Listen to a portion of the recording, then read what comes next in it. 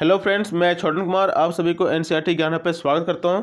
दोस्तों, झारखंड शैक्षिक अनुसंधान एवं प्रशिक्षण परिषद रांची द्वारा मॉडल सेट पैटर्न कक्षा 8 के लिए निकाला गया है, जिसमें से साइंस का 50 मार्क्स का एमसीक्यू प्रश्न मॉडल सेट पैटर्न के द्वारा जारी किया गया। तो आज हम लोग बात करेंगे इसी क्वेश्चन के बारे में, जिसमें से आपका पहला क्वेश्चन दिया हुआ है। पहला क्वेश्चन अगर की बात करें तो पहला क्वेश्चन दोस्तों कि भारत में प्रोजेक्ट टाइगर कब शुरू किया गया। दोस्तों, बात करें भारत में प्रोजेक्ट टाइगर की तो ये सन 1972 से 73 में शुरू किया गया था। तो हो जाएगा आपका पहला का ऑप्शन नंबर बी।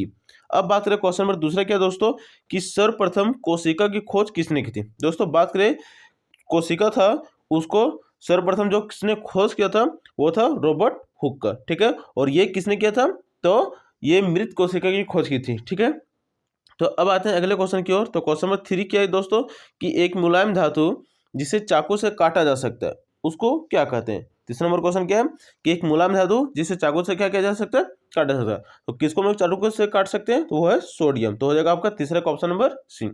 अब बात करें क्वेश्चन नंबर 4 का। तो क्वेश्चन नंबर 4 क्या है दोस्तों कि निम्नलिखित में से कौन सी ऐसी धातु है जिसके विद्युत लेपन के द्वारा किसी वस्तु की चमक को बढ़ाया जा सकता है। मतलब कि ऐसा कौन सा धातु है जिसमें अगर हम किसी का विद्युत लेपन कर दें, ठीक है, तो उसका चमक क्या हो जाएगा, बढ़ जाएगा। तो वो क्रोमियम होता है। तो हो जाएगा आपका चौथा का ऑप्शन नंबर बी। अब बात करें क्वेश्चन नंबर 5 का। तो क्वेश्चन नंबर 5 के दोस्तों कि संचरणीय रोगों का सबसे मुख्य कारक कौन है। कहने मतलब क्या कि एक दूसरे से जो फैलता बीमारी है, एक व्यक्ति को जब वो रोग होता है तो उससे दूसरे कोई भी रोग हो सकता है अगर उसके संपर्क में आए। तो संचरणीय रोगों का सबसे मुख्य कारक क्या है तो वो है आपका घरेलू मक्खी, क्योंकि एक मक्खी दूसरे मक्खी के संपर्क में आती है और एक व्यक्ति के बीमार व्यक्ति के संपर्क में आने से वो दूसरे बीमार व्यक्ति को भी संपर्क में जाती है तो उसको भी बीमार कर देती है। ठीक है, तो हो जाएगा आपका घरेलू मक्खी, पांचवा का ऑप्शन नंबर डी। अब बात करें क्वेश्चन नंबर 6 का।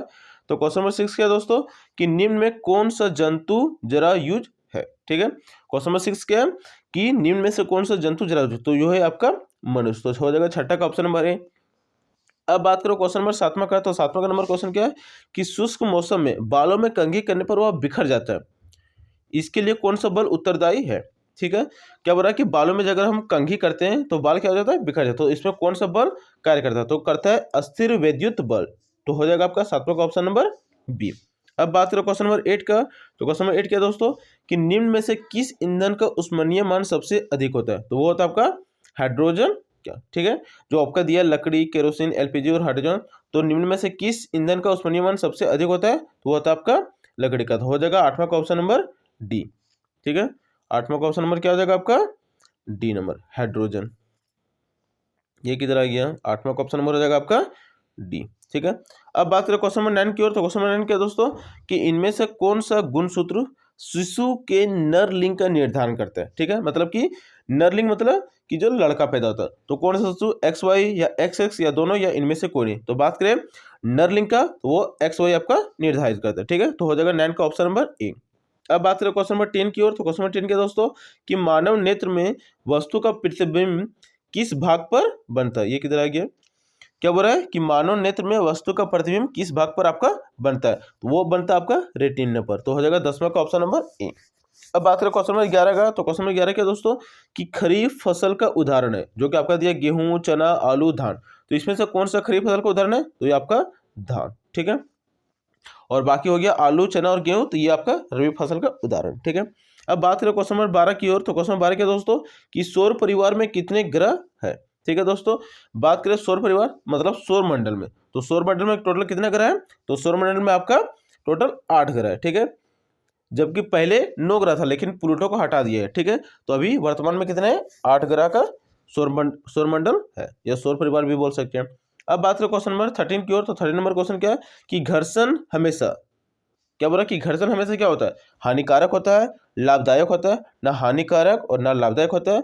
और डी नंबर ऑप्शन क्या दिया कि कुछ मामलों में हानिकारक तथा कुछ मामलों में लाभदायक होता है। दोस्तों, बात करें घर्षण तो घर्षण कुछ मामलों में हानिकारक भी होता है और कुछ मामलों में लाभदायक। जैसे मान के चलिए घर्षण, अगर आप चल रहे हैं, अगर घर्षण नहीं होगा तो आप चल नहीं सकते, आप क्या कर सकते हैं, फिसल जाइएगा। ठीक है, लेकिन वही अगर हम कुएं से पानी खींचते हैं तो कुएं से पानी अगर हम पुली से खींचते हैं तो उसमें भी घर्षण लगता है, लेकिन वो पुली जो घर्षण होता है वो हमारे लिए क्या है, लाभदायक है। ठीक है, तो हानिकारक भी नहीं है, लाभदायक भी नहीं है। हाँ, कुछ मामलों में हानिकारक है, कुछ मामलों में क्या है, लाभदायक है। ठीक है, तो हो जाएगा आपका 13 का ऑप्शन नंबर डी। अब बात करें question number next, question number 14 का। तो 14 नंबर क्वेश्चन क्या है दोस्तों कि पैराशूट बनाने में किस रेशे का उपयोग किया जाता है। ठीक है, क्वेश्चन नंबर 14 क्या है, जो आप पैराशूट है, पैराशूट जो आसमान में क्या करता है, बलून के जैसा रहता है और वो उड़ता है। ठीक है, तो उसमें किस रेशे का उपयोग होता है, तो हो जाएगा आपका नायलॉन। तो 14 का ऑप्शन नंबर क्या हो जाएगा, बी।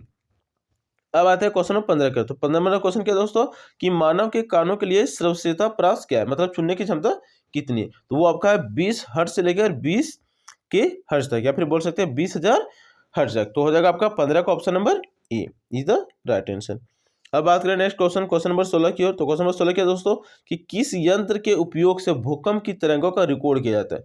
कौन सा यंत्र है जिससे हम लोग भूकंप की तरंगों को क्या करते हैं, रिकॉर्ड करते हैं। ठीक है, तो वो आपका है भूकंप लेके, जिसको हम लोग सिस्मोग्राफी बोलते हैं। तो हो जाएगा आपका 16 का ऑप्शन नंबर सी, भूकंप लेके, जिसको हम लोग इंग्लिश में क्या बोलते हैं, सिस्मोग्राफ। अब बात करें क्वेश्चन नंबर 17 की ओर। तो क्वेश्चन नंबर 17 क्या है दोस्तों कि विश्व तापन का प्रमुख कारक है। ठीक है, विश्व तापन का प्रमुख कारण मतलब क्या कि जो हमारा पृथ्वी है उसमें जो टेम्परेचर बढ़ रहा है, ठीक है, जिसको हम लोग बोल सकते हैं विश्व तापन का ग्लोबल वार्मिंग, जो पृथ्वी धीरे धीरे गर्म हो रही है, वो इसके पीछे प्रमुख कारण क्या है। पहला ऑप्शन क्या है कि नाइट्रोजन की बढ़ती मात्रा, दूसरा ऑप्शन क्या है ऑक्सीजन की बढ़ती मात्रा, तीसरा क्या ओजोन परत की बढ़ती मात्रा, और चौथा क्या कार्बन डाइऑक्साइड की बढ़ती मात्रा।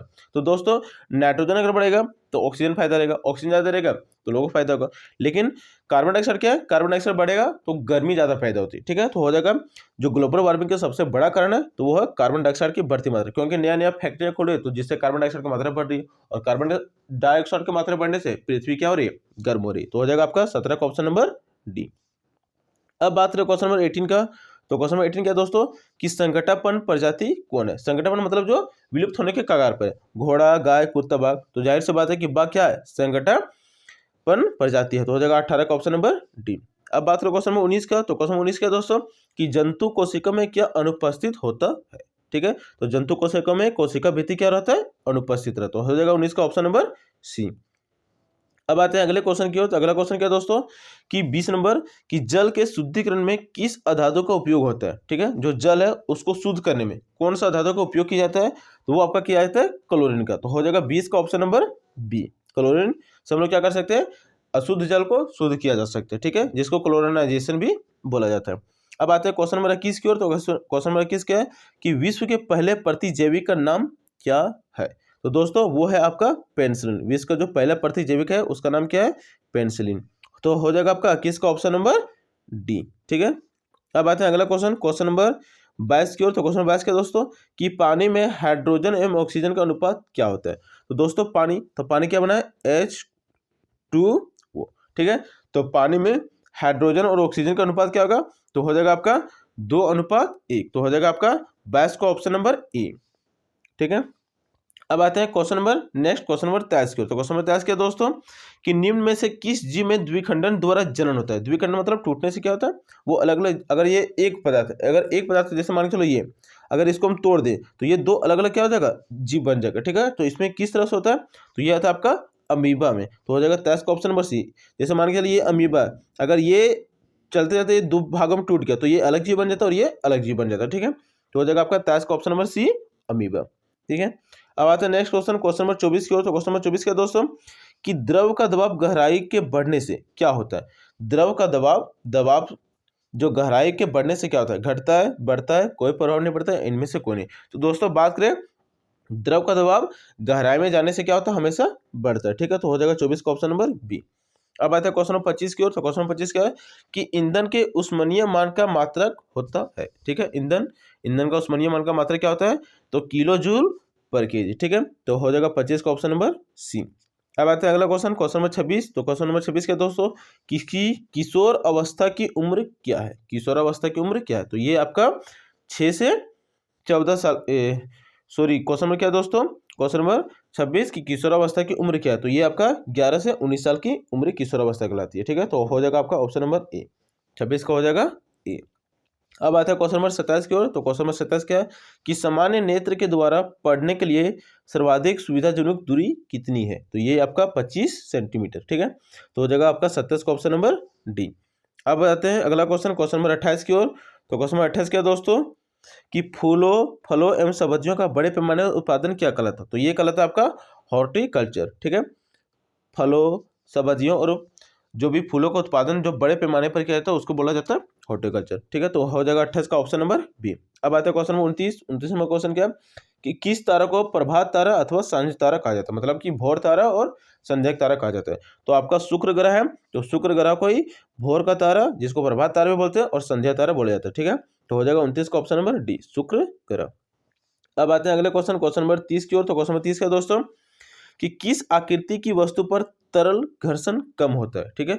मतलब कौन सी आकृति हो, चाहे यह वर्गाकार हो, सबसे पहले क्या दिया, आयताकार दिया है, फिर दिया वर्गाकार दिया है, ठीक है। ये हो गया वृत्ताकार हो गया, ठीक है। ये हो गया वर्गाकार हो गया, ठीक है। और नौकाकार, इस तरह टाइप का होता है, ठीक है। ये नौका जैसा किस बना लिए, ठीक है। तो क्या बोला कि इनमें से कौन सी आकृति पर तरल घर्षण सबसे कम होता है? तो जाहिर सी बात है कि अगर वृत्ताकार होगा, गोल आकृति का, ठीक है, तो इसमें घर्षण बल क्या होगा, सबसे कम होगा। तो हो जाएगा 30 का ऑप्शन नंबर आपका डी। लेकिन नौकाकार में भी, इस तरह में भी आकृति में क्या होता है, घर्षण बल कम होता है। तो डी या फिर सी नंबर ऑप्शन जो भी हो सकता है, इसमें थोड़ा कंफ्यूजन लग सकता है, ठीक है। तो हो जाएगा 30 का ऑप्शन नंबर सी या डी, देख लीजिएगा जो भी होगा।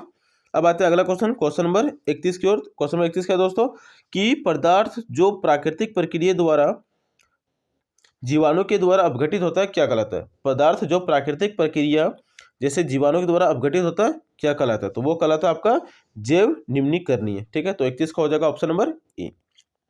अब आते हैं 32 नंबर क्वेश्चन। तो 32 नंबर क्वेश्चन क्या है कि ध्वनि की प्रबलता किस कारक पर निर्भर करती है, ठीक है। तो ध्वनि की प्रबलता जो होती है वो किस कारक पर निर्भर करती है? तो वो करती है आपका आयाम पर। तो हो जाएगा 32 का ऑप्शन नंबर बी। आयाम बोले तो किसी माध्यम के द्वारा, जैसे अभी हम लोग बात करते हैं खुले में, तो हवा में जो डस्ट होता है, जो कण होता है, वो क्या करते हैं, हमारे आवाज का आयाम बनते हैं, ठीक है। अब आता है क्वेश्चन नंबर 33 की ओर। तो 33 नंबर क्वेश्चन क्या है कि विपरीत आवेशों के बीच क्या प्रतिक्रिया होती है, ठीक है। तो विपरीत आवेश, ठीक है, पॉजिटिव नेगेटिव हो सकता है, ठीक है। जैसे चुंबक को लिए, ठीक है, तो चुंबक का नॉर्थ पोल साउथ पोल होता है, तो दोनों में जब अगर एक नॉर्थ पोल और एक दूसरा साउथ पोल, तो दोनों को जब आपस में लेके आएंगे तो उसके बीच में क्या प्रतिक्रिया होगी, ठीक है। तो उसकी प्रतिक्रिया होती है आकर्षण का, वो क्या करेंगे, एक दूसरे को अट्रैक्ट करेंगे। तो एक क्वेश्चन क्या है कि विपरीत आवेशों के बीच क्या प्रतिक्रिया होती है? तो वो होती है आकर्षण की प्रतिक्रिया। तो हो जाएगा आपका 33 का ऑप्शन नंबर ए। अब आते हैं अगला क्वेश्चन, क्वेश्चन नंबर 34 की ओर। क्वेश्चन नंबर 34 क्या दोस्तों कि हरित गृह प्रभाव और वैश्विक तापमान के लिए मुख्य रूप से दो उत्तरदायी गैस कौन सा है? हरित गृह प्रभाव, ठीक है, और दूसरा वैश्विक तापमान, जिसको हम लोग बोल सकते हैं ग्रीन हाउस इफेक्ट और ग्लोबल वार्मिंग। इसका कारण क्या है, ठीक है। तो आपका कार्बन डाइऑक्साइड हो गया। तो 34 का option number C carbon dioxide, और ये होता है किसका, ग्लोबल वार्मिंग। और मीथेन गैस से क्या होता है, तो होता है ग्रीन हाउस इफेक्ट, जिसको बोलते हैं हरित गृह प्रभाव। तो ए और बी दोनों सही है, तो इसलिए हो जाएगा आपका 34 का ऑप्शन नंबर सी, दोनों सही है। अब आता है क्वेश्चन नंबर 35 को। तो क्वेश्चन नंबर 35 क्या है कि वह पुस्तक जिसे सभी संकटापन्न प्रजातियों का रिकॉर्ड रखा जाता है क्या कहलाती है, ठीक है। जो पशु संकट के कगार पे, जो विलुप्त होने वाले, उसके जो डाटा रखा जाता है उस बुक को क्या बोला जाता है? तो उस बुक को बोला जाता है आपका रेड डाटा, ठीक है, रेड डाटा बुक बोले। तो हो जाएगा आपका 35 का ऑप्शन नंबर डी। अब आते हैं अगला क्वेश्चन, क्वेश्चन नंबर 36 को। तो क्वेश्चन नंबर 36 क्या है कि निम्न में कौन सा पदार्थ जीवाश्म ईंधन है? तो कोयला आपका क्या है, जीवाश्म ईंधन है, ठीक है। बाकी जल ऊर्जा, परमाणु ऊर्जा, सौर ऊर्जा, ये सारे क्या है, नवीकरणीय ऊर्जा है। परमाणु नवीकरणीय ऊर्जा नहीं है, ठीक है। सौर ऊर्जा, जल ऊर्जा नवीकरणीय ऊर्जा है, लेकिन आपका कोयला क्या हो गया, जीवाश्म ईंधन है, ठीक है। अब आते हैं क्वेश्चन नंबर 37 की ओर। तो क्वेश्चन नंबर 37 क्या है दोस्तों कि कोशिका द्रव के बीच खाली संरचना होती है, जिसे क्या कहते हैं, ठीक है। तो जो कोशिका द्रव के बीच खाली संरचना होती है उसे बोलते हैं रिक्तिका। क्या बोलते हैं, रिक्तिका। तो हो जाएगा आपका 37 का ऑप्शन नंबर सी। अब आते हैं अगला क्वेश्चन, क्वेश्चन नंबर 38 क्या बोला कि कौन सी अधातु कमरे के ताप पर भी वायु के साथ अभिक्रिया करती है, ठीक है। तो वो धातु का नाम क्या है, तो श्वेत फास्फोरस। क्या करती है वो अधातु कमरे के ताप पर भी वायु के साथ क्या करती है, अभिक्रिया कर जाती है, ठीक है, श्वेत फास्फोरस। तो हो जाएगा 38 का ऑप्शन नंबर ए। अब आता है क्वेश्चन नंबर 39 की ओर। तो क्वेश्चन नंबर 39 क्या कि किण्वन की प्रक्रिया की खोज किसने की थी, ठीक है। किण्वन की प्रक्रिया किसने की थी खोज? तो ये की थी आपके लुईस पास्चर ने। तो हो जाएगा 38 का ऑप्शन नंबर डी। 38 ने 39 का ऑप्शन नंबर डी, ठीक है। अब आते हैं अगला क्वेश्चन, क्वेश्चन नंबर 40 की ओर। तो क्वेश्चन नंबर 40 क्या दोस्तों कि जब चालक विलयन में विद्युत धारा प्रवाहित की जाती है, जब चालक विलयन में विद्युत धारा प्रवाहित की जाती है तब विलयन के रंग में परिवर्तन होता है या संकेत करता है। ठीक है, तो क्या बोल रहा है कि जब चालक में विलयन में विद्युत धारा क्या करते हैं, प्रवाहित करती है। ठीक है, तब विलयन का रंग में क्या होता है, परिवर्तन। तब यह कौन सा संकेत करता है, तो यह संकेत करता है विद्युत धारा के रासायनिक प्रभाव का। ठीक है, तो हो जाएगा आपका 40 का ऑप्शन नंबर ए। अब आते हैं क्वेश्चन नंबर 41 की ओर। तो क्वेश्चन नंबर 41 क्या है कि विश्व में सर्वप्रथम एक भेड़ का क्लोन विकसित किया गया था जिसका नाम क्या था। ठीक है, तो जिस भेड़ का क्लोन का नाम विकसित किया, जिस भेड़ का क्लोन बनाया गया था उसका नाम था डोली। तो हो जाएगा आपका 41 का ऑप्शन नंबर सी।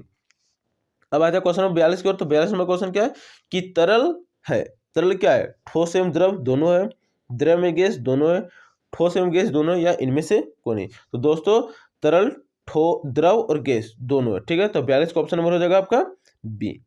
अब आते हैं नेक्स्ट क्वेश्चन नंबर 43 की ओर। तो 43 क्वेश्चन क्या है कि विद्युत उपकरण में लगी आग बुझाने के लिए सबसे अच्छा अग्निशामक है। ठीक है, पानी का, पेट्रोल का, कार्बन डाइऑक्साइड का या तेल का। तो कार्बन डाइऑक्साइड, क्योंकि किसी भी चीज को आग लगने के लिए क्या चाहिए, ऑक्सीजन चाहिए, लेकिन कार्बन डाइऑक्साइड रहेगा तो वो जलेगा नहीं। ठीक है, तो हो जाएगा आपका 43 का option number C, carbon dioxide. ठीक है, और अग्निशामक किसको बोलते हैं, तो जो आप लोग पेट्रोल पंप, बैंक वगैरह में देखे होंगे कि लाल जैसा कुछ रहता है और उसके अंदर क्या रहता है, कार्बन डाइऑक्साइड भरा रहता है। जब आग निकलेगा तो उसको सेक करके अगर स्प्रे करते हैं तो उससे कार्बन डाइऑक्साइड गैस निकलता है और आग क्या हो जाता है, बुझ जाता है। तो हो जाएगा आपका 43 का ऑप्शन नंबर क्या हो जाएगा, सी। अब आता है क्वेश्चन नंबर 44। क्वेश्चन नंबर 44 क्या है कि लड़कों के गले के सामने उभरा हुआ भाग क्या कहलाता है। ठीक है, लड़का के जो गला रहता है कंठ, उसमें जो उभरा हुआ भाग रहता है उसको क्या बोला जाता है, तो उसको बोला जाता है कंठ मणि। तो हो जाएगा 44 का ऑप्शन नंबर ए।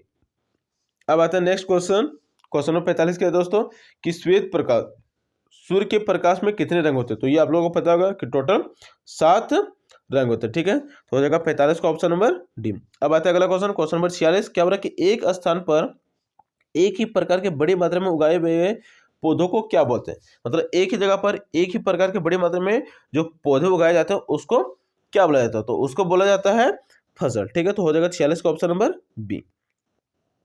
अब आते हैं क्वेश्चन नंबर 47 क्या बोला कि खगोलीय पिंडों के बीच की दूरी को किस इकाई से मापा जाता है। तो इसको मापा जाता है प्रकाश वर्ष की दूरी से। ठीक है, तो 47 का हो जाएगा आपका ऑप्शन नंबर सी। अब आता है क्वेश्चन नंबर 48 क्या बोला कि घर्षण चिकने सतहों की अपेक्षा रुखड़ों पर क्या होता है, अधिक होता है, कम होता है, बराबर होता है, या इनमें से कोई नहीं। तो दोस्तों जाहिर सी बात है कि ये सतह अगर चिकना होगा तो घर्षण क्या होता है, चिकने सतह की अपेक्षा रुखड़े पर की सतह पर क्या होता है, अधिक होता है। कहने का मतलब क्या है कि चिकने सतह पर घर्षण कम होगा और रुखड़े सतह, जो खुरदरा सतह, तो उस पर घर्षण क्या होता है, अधिक होता है। तो क्या बोल रहा है क्वेश्चन 48 कि घर्षण चिकने सतह की अपेक्षा रुखड़ो सतह पर क्या होगा, अधिक होगा। ठीक है, तो 48 का हो जाएगा आपका ऑप्शन नंबर ए। अब बात करें क्वेश्चन 49 का।